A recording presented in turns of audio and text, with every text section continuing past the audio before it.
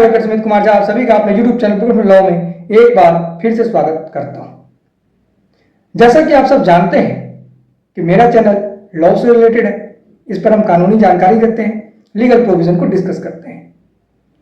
1 जुलाई 2024 से नया कानून लागू हुआ है, बीएनएस, बीएनएसएस और भारतीय साक्ष्य अधिनियम, इन तीनों को अभी हम पढ़ रहे हैं। या फिर जरूरी नहीं कि इन तीनों को ही पढ़ रहे हैं, जो भी सेक्शंस जनरल यूज में आता है, चाहे वो किसी भी एक्ट का हो, अगर जनरल यूज में आता है या फिर न्यूज में आया है और उसका प्रोविजन डिस्कस करना जरूरी है, जो जनरल पब्लिक को जानना चाहिए, वो हम आप तक पहुंचा देते हैं। किताब तो हम पढ़ते ही हैं, प्लस हम ये भी देखते हैं कि जनरल यूज में क्या आ रहा है।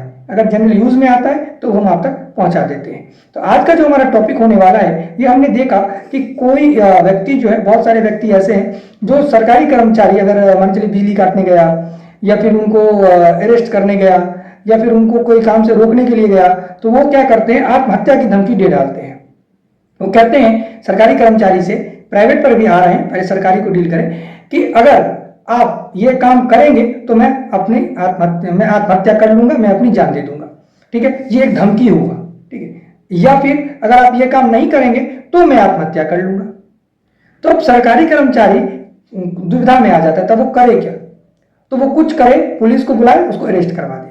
ठीक है, उस पर सेक्शन 226 बीएनएस, भारतीय न्याय संहिता एक्ट 2023 का लग जाएगा। ठीक है, और 226 में उसको मिलेगा 1 साल का सिंपल इंप्रिजनमेंट। अब बताइए सिंपल इंप्रिजनमेंट क्या है? हमने आपको पहले बता रखा है कि सिंपल और रिगरस में क्या अंतर है। ठीक है, इन दोनों को आप पढ़ लीजिए, हम डिस्क्रिप्शन बॉक्स में दे देंगे, आप इन दोनों का अंतर देख लीजिएगा। ठीक है, 1 साल का सिंपल इंप्रिजनमेंट। ठीक है, फाइन सब जानते हैं, फाइन क्या होता है। कम्युनिटी सर्विस क्या होता है, ये भी हमने आपको बता रखा है। किन अपराधों में कम्युनिटी सर्विस करा करके आपको छोड़ा जा सकता है, ये भी हमने आपको बता रखा है। आप अपनी सजा कैसे कम करवा सकते हैं, ये भी हमने आपको बता रखा है। ठीक है, तो हम डिस्क्रिप्शन बॉक्स में लिंक दे देंगे, वहां से जाकर के देख सकते हैं। अब एक बात और आती है यहाँ पर, ये तो हो गया सरकारी कर्मचारी। अब प्राइवेट पर्सन पर, अगर प्राइवेट पर्सन है कोई, उसको कोई धमकी देता है कि अगर तुम यहां से गए तो मैं आत्महत्या कर लूंगा या कर लूंगी, जो भी प्राइवेट पर्सन को कोई धमकी, यहां से दीवार खींचा तो मैं अपने छत से कूद के जान दे दूंगा। तो अगर कोई प्राइवेट पर्सन को धमकी देता है तब क्या होगा?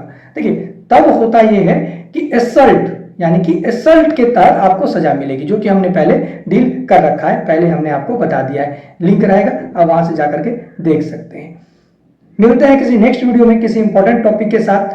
जनरल न्यूज भी हो सकता है, अगर कोई जनरल न्यूज में कोई कानूनी बात आती है तो वो भी हम आप तक पहुंचा देंगे।